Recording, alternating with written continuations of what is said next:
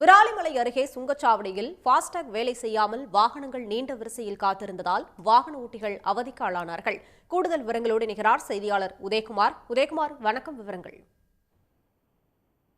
திருச்சி மதுரை தேசிய நெடுஞ்சாலையில் உள்ளது விராலிமலை. விராலிமலை அடுத்துள்ள பூதகுடி சுங்கச்சாவடி பல்வேறு வாகனங்களை தினமும் கடந்து வருகிறது. சுங்கச்சாவடி வழியாக தினந்தோறும்.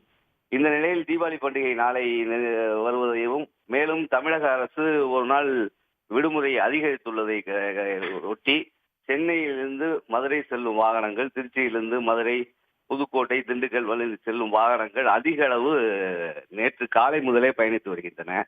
இந்த நிலையில் நள்ளிரவு வாகனங்கள் கூடுதலாக வந்தன. இது வாகனங்கள் வந்து கொண்டிருந்த போதே ஒரு சைடு உள்ள 3 பாஸ்டாக்குகளும் பழுதானது. இதனால் வாகனங்கள் கடக்க முடியாமல் நிறுத்தி வைக்கப்பட்டிருந்தன. வாகனங்கள் கடக்க முடியாததால் வாகன ஓட்டிகள் கடும் வாக்குவாதத்தில் ஈடுபட்டனர் அலுவலர்களுடன். சுமார் ஒரு அரை மணி நேரத்திற்கு மேலாக பாஸ்டாக் வேலை செய்யாததால் கையில் எழுதி 4-5 வாகனங்களை அனுப்பி பார்த்தனர். அதுவும் முடியவில்லை. இதனால் செய்வதையாவது திகைத்த அலுவலர்கள் உடனடியாக டெக்னிக்கல் டீமை வரவழைத்து சரி செய்தனர். இருப்பினும் அரை மணி நேரத்திற்கு மேலாக போக்குவரத்து பாதிக்கப்பட்டது. 2 சைடிலும் வாகனங்கள் வரிசை கட்டி நின்றன. விவரங்களுக்கு நன்றி உதயகுமார்.